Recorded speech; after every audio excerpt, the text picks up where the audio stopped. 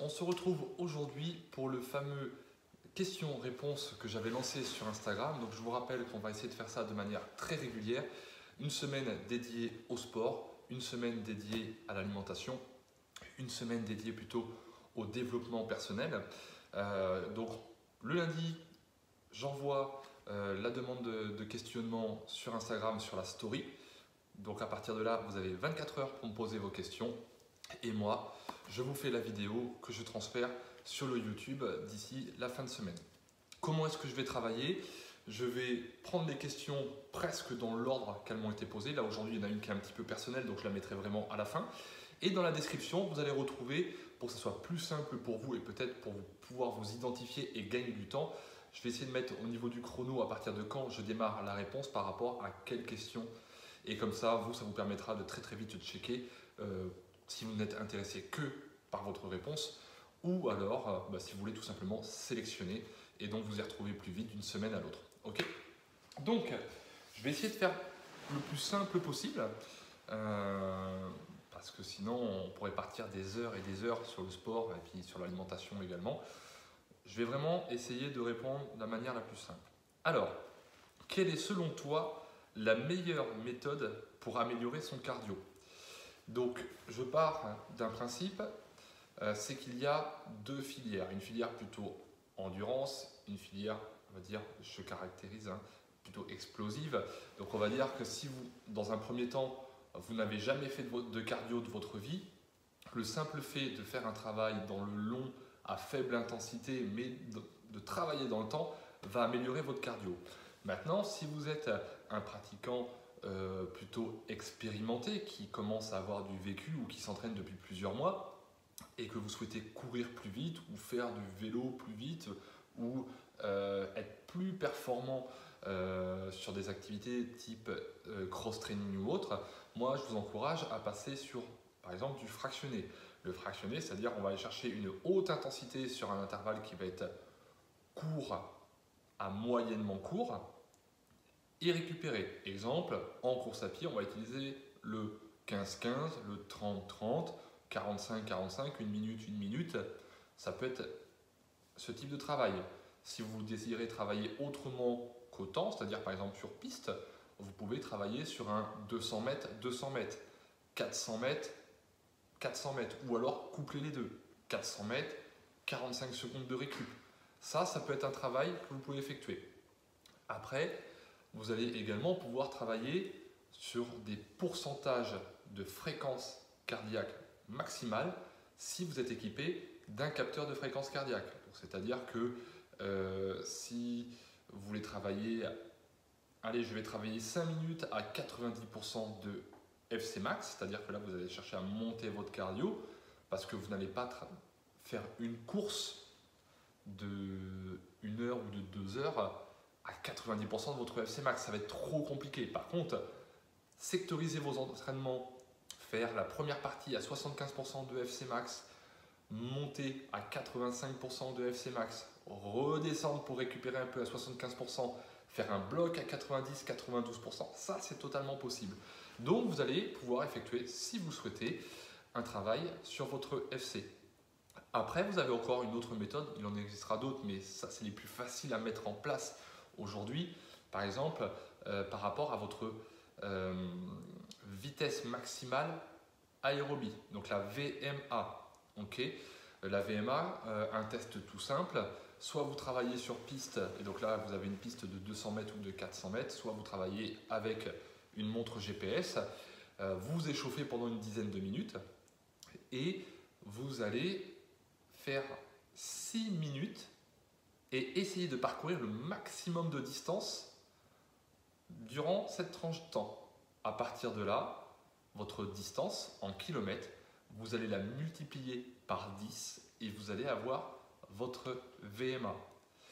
Par rapport à ça, on appliquera ensuite un travail sur la VMA en pourcentage pour monter. Donc là, de la même manière qu'on a travaillé avec l'AFC, je vais travailler à 90% de ma VMA pendant un certain laps de temps.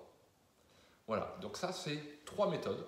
Le chrono distance, le fractionné ou la VMA, c'est quelque chose que vous pouvez mettre rapidement en place pour faire monter votre niveau de cardio. Après, évidemment, ça se met sur une programmation, il faut être juste, mais voilà les axes sur lesquels vous pouvez vous documenter. Ensuite, j'avais comme question,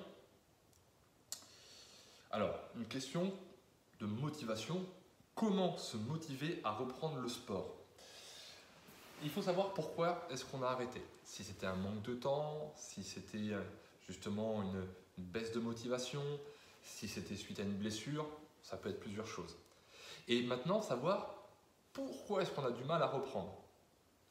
Manque de temps toujours, peur de se faire mal, peur des courbatures, une envie générale. Voilà. Ça, il faut identifier le souci. À partir de là, qu'est-ce qui peut être motivant pour reprendre? Me dire que je prends du temps pour moi. Me dire que je peux aller m'entraîner avec quelqu'un de fiable, quelqu'un qui va également vous motiver. Ne comptez pas que sur elle, ça doit être réciproque, vous devez monter tous les deux. Mais le fait d'aller s'entraîner à plusieurs, en petits groupes, en duo, ça peut être une motivation. Se programmer un événement sportif futur, alors pas à 1 mois près, non, mais dans 3 mois, dans 5 mois, ça peut être le fait de s'inscrire et de se mettre une échéance, un élément motivation important. Une course. Voilà. Ah, il faut que je me prépare pour telle course. J'ai juste envie de la faire bien. J'ai pas envie de souffrir sur cette course, j'ai juste envie de la faire bien. Vous remettez le pied à l'étrier et si ça se passe bien, si vous avez bien fait votre programmation et si vous avez donné les moyens, juste ce qu'il faut pour bien vivre cette course, à la prochaine, j'aimerais bien faire un chrono un peu meilleur. Là, vous allez re-rentrer dans l'aspect préparation et ça va vous booster. Donc, moi, le premier conseil que je vous donnerai, c'est pour gagner en motivation, c'est de vous entraîner avec quelqu'un. Si vous n'avez personne, ben faites appel à un coach. Peut-être que là, c'est le moment de découvrir le travail avec un coach si vous ne connaissez pas. Quelqu'un qui va vous donner des techniques d'entraînement, qui va valoriser votre travail, qui va vous mettre en confiance, mais surtout qui va vous imposer un rendez-vous. Vous n'allez pas pouvoir vous échapper. Et ça, c'est intéressant parce que du coup, il y a des jours, si vous étiez tout seul, oh non, j'y vais pas ce soir, non. Et là, non, il y a quelqu'un qui vous attend. Et puis, si vous annulez une fois, c'est une chose, mais après vous allez dire, ah oui, non, mais attends, il va me cueillir au passage. Et oui, donc ça, c'est tout l'intérêt du coach. Donc, à vous de voir, analyser le problème, pourquoi vous avez du mal à reprendre, qu'est-ce qui vous manque, quelles sont les solutions. Travailler à plusieurs, ça peut être sympa. Soit vous avez un copain, votre chérie, peu importe, ça marche bien. Ah, tiens, des small group training. Ou alors, voilà, des gens qui se rassemblent. Ça peut être bien. Non, moi, ce qu'il me faut, c'est un coach. Il faut que je remette tout à plat, il faut que je comprenne les choses. J'ai besoin d'un support, c'est pas péjoratif, psychologique, une préparation physique et un encadrement. Mon coach sera le tremplin vers ma reprise. Ça peut être la solution. Ensuite, y a-t-il un exercice quotidien qu'on peut faire pour les cuisses sans nuire aux muscles? Alors, à mon avis, et je ne suis pas le seul à le dire, ça me rassure, il n'y a aucun intérêt à travailler un muscle de manière quotidienne. Sachant qu'en plus les cuisses, c'est déjà un muscle qui travaille de manière quotidien, puisque vous marchez. À partir du moment où vous avez une vie où il y a du mouvement, vous travaillez vos cuisses. Ok, alors c'est de manière totalement normale, mais elles sont déjà actives. Par contre, maintenant, si vous souhaitez les dessiner plus, les affiner, là on ne parle même pas de la partie alimentation, pourtant ça rentre vraiment en compte. Mais en termes de musculation, faire les cuisses une fois, 2 fois, c'est le maximum. Si elles sont bien faites, si vous faites ce qu'il faut durant votre séance, faire plus de 2 fois, pour moi, ça n'a aucun intérêt. J'ai des clients, lorsqu'on fait une séance de cuisses, ils ont des courbatures pendant 6 à 7 jours. Ils perdent à peine leurs courbatures qu'on repasse sur les cuisses. Ben ouais, et là, ils n'ont pas envie de les faire 2 fois dans la semaine. Éventuellement, ce que vous pouvez faire, c'est si vous les faites 2 fois dans la semaine, c'est de dire, je travaille la phase antérieure le lundi et la phase postérieure le jeudi. Ok, ça peut se jouer. Ça peut se jouer, c'est un style d'entraînement, il n'y a pas de problème. Maintenant, si vous faites une vraie séance de cuisse d'1 heure, de 45 minutes à 1 heure et que vous balancez ce qu'il faut, je vous garantis que vous n'allez pas avoir envie de les faire une deuxième fois. Si en plus, vous courez un peu, voilà, je vais prendre mon exemple. Aujourd'hui, je cours 3 fois à 4 fois par semaine. Je fais une séance de cuisse. Si on veut travailler sur tous les tableaux, c'est trop compliqué. On ne peut pas faire une deuxième séance de muscu parce que, par exemple, j'ai fait les cuisses aujourd'hui. Demain, je vais aller courir. Mais je vais courir avec un déambulateur, je le sais. Mais c'est voulu. Parce qu'après, en période pré-course, 10 jours avant, je coupe l'entraînement des cuisses pour garder de la vélocité, de la légèreté et me focaliser uniquement sur la course. Et je les reprends après. Okay. Donc, vous allez nuire aux muscles, à la bonne construction, à la bonne définition musculaire si vous les faites tous les jours. Ce que vous pourriez éventuellement faire, mais ça c'est de la bonne conscience et je ne suis pas sûr que ça soit optimal, c'est de faire une journée les quadris, une journée les fessiers, une journée les ischios. Bon, ok. Mais dans ce cas-là, c'est juste faire 20 minutes à chaque fois. Pourquoi pas faire une grosse séance, les matraquer totalement et leur laisser le temps de récupérer. À vous de voir. Mais de toute manière, définissez votre objectif. Pourquoi est-ce que je veux travailler les cuisses tous les jours? C'est pour les affiner? Ouais, ça va passer par la diète. C'est pour les faire grossir? Ouais, ça va passer par la diète. Avec un entraînement juste, à la bonne intensité, avec le bon volume d'exercice, la bonne charge de travail, ce qui va vous influencer, c'est votre diète. Ok? Alors, ensuite, comment prendre de la masse? Répétition, poids. Au-delà de l'alimentation et du repos, je parle de l'entraînement, même si tout est lié. Alors voilà, tu as déjà bien résumé l'ensemble. Prendre de la masse, c'est-à-dire pour prendre, donc sur un général du poids, après on jouera sur la nuance masse ou volume, mais de la masse, donc c'est quelque chose qui va être le plus propre possible, c'est l'alimentation qui va jouer. En effet, il y a des types d'entraînement spécifiques comme de l'hypertrophie myofibrillaire ou sarcoplasmique. Ça, c'est c'est deux types d'entraînement sur lesquels tu peux regarder. Et après, c'est l'alimentation.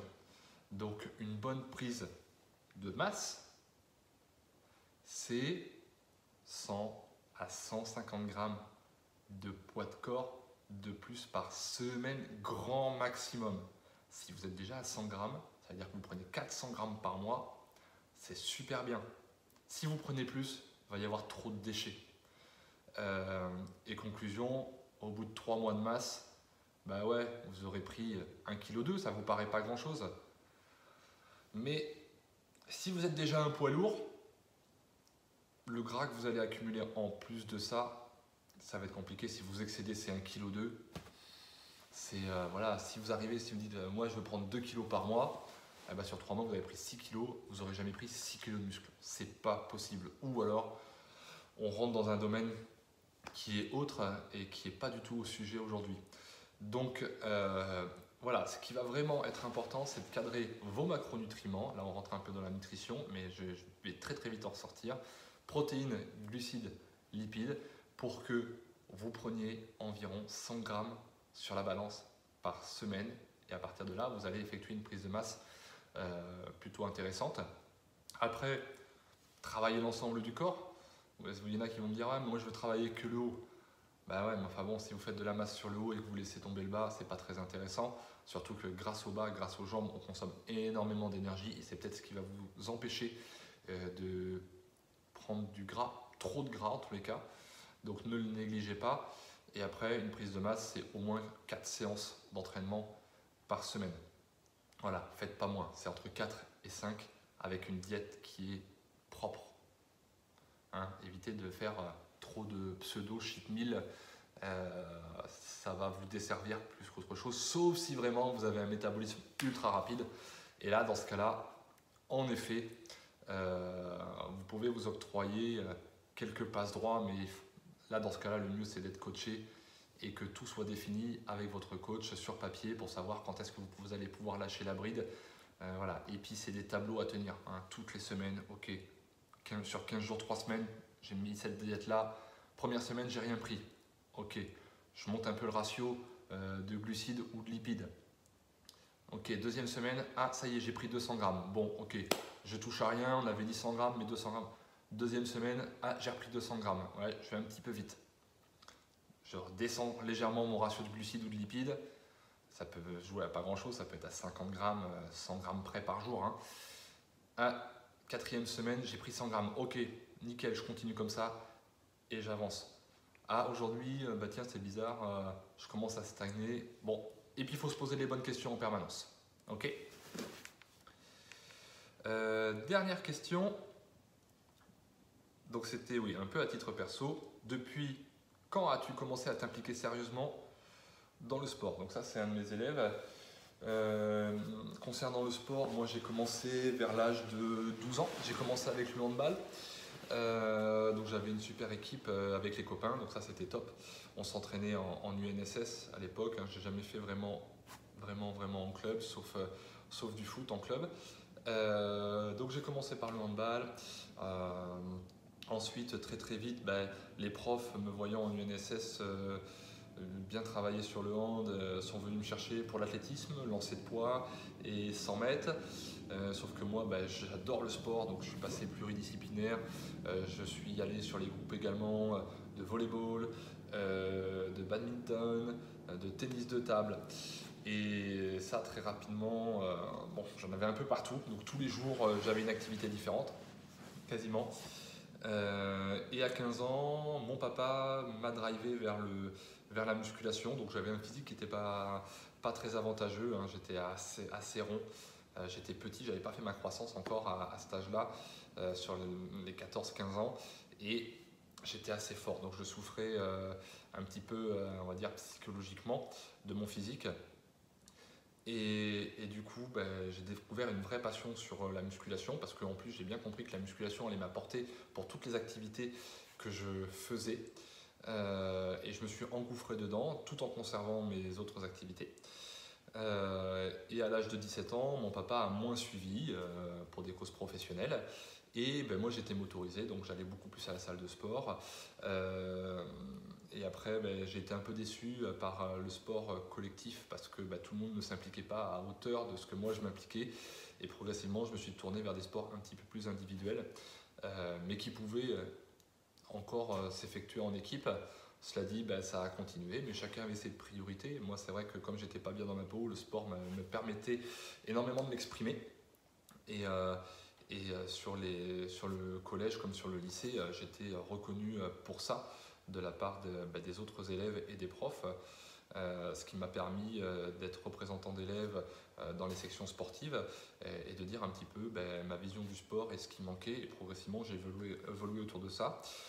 Très rapidement, est tombé sous mon nez la formation de brevet d'état métier de la forme. Et là, j'avais plus aucun doute. Donc après le bac, je suis parti en formation pendant 2 ans, où là j'ai fait des super rencontres, où j'ai partagé ma passion avec des gens qui ne connaissaient pas forcément beaucoup la musculation. Hein. C'était vraiment le diplôme qui permettait de vivre notre passion. On avait des footballeurs, des rugbyman, des runners et autres, mais l'option musculation était obligatoire et très peu la connaissaient. Alors chez les filles, il y avait beaucoup de praticiennes de fitness. Moi j'ai adoré me mettre au fitness. Ça a été des très belles années de ma vie où j'ai eu énormément de partage, mais c'est sûr que c'était la musculation mon domaine de prédilection. Et à partir de là, le soir, après les cours, j'allais m'entraîner. J'avais la chance d'avoir un appartement juste au-dessus de la salle de sport. J'étais sur Nantes à cette époque-là. Donc voilà, de 20h à 21h, tous les jours quasiment, j'étais en entraînement en plus des sessions sportives. Donc je m'entraînais quasiment 2 fois par jour. Et ça me permettait d'emmener mes copains qui pratiquaient un peu moins mais qui avaient envie d'avoir leur diplôme, et donc je leur exposais un petit peu toutes les méthodes que je connaissais et comment je m'entraînais et ma passion, et il y en a beaucoup qui ont vraiment accroché et je leur remercie de m'avoir fait confiance. Donc on a travaillé ensemble, c'était cool.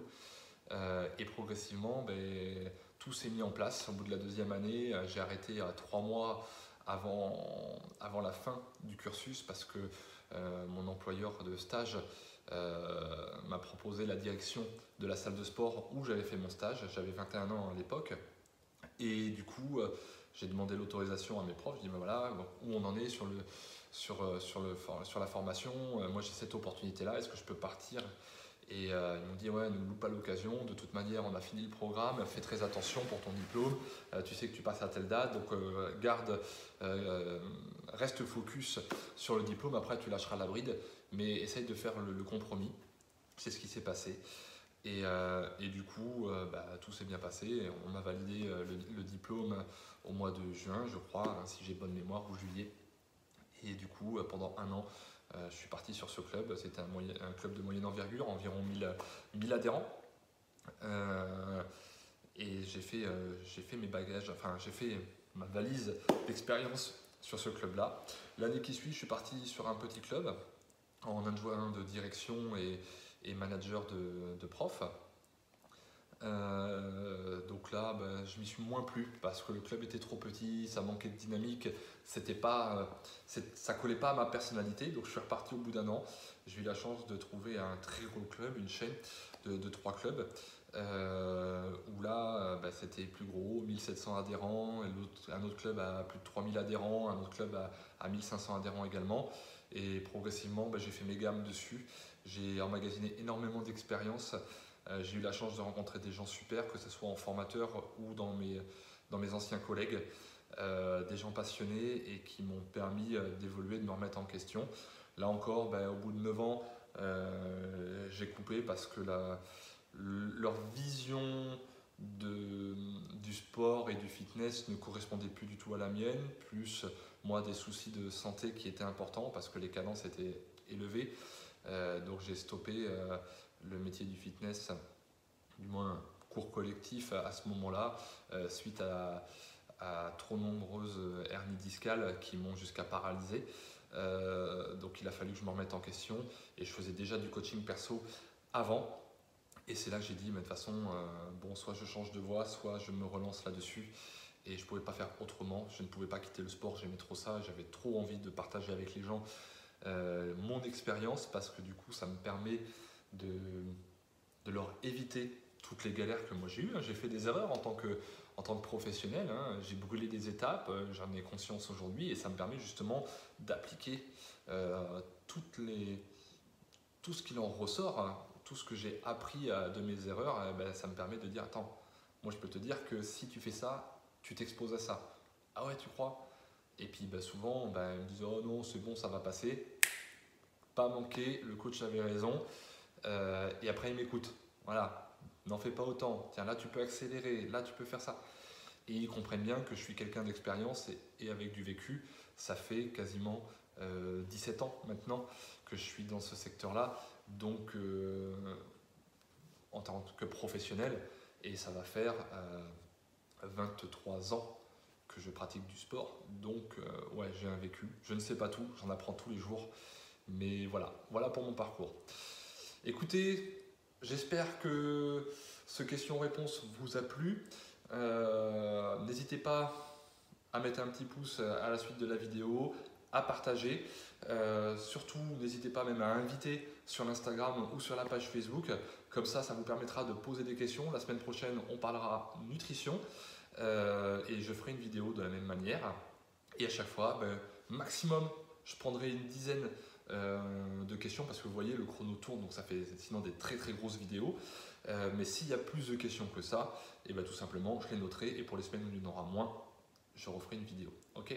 Allez, je vous souhaite une très très bonne journée et je vous dis à bientôt. Ciao.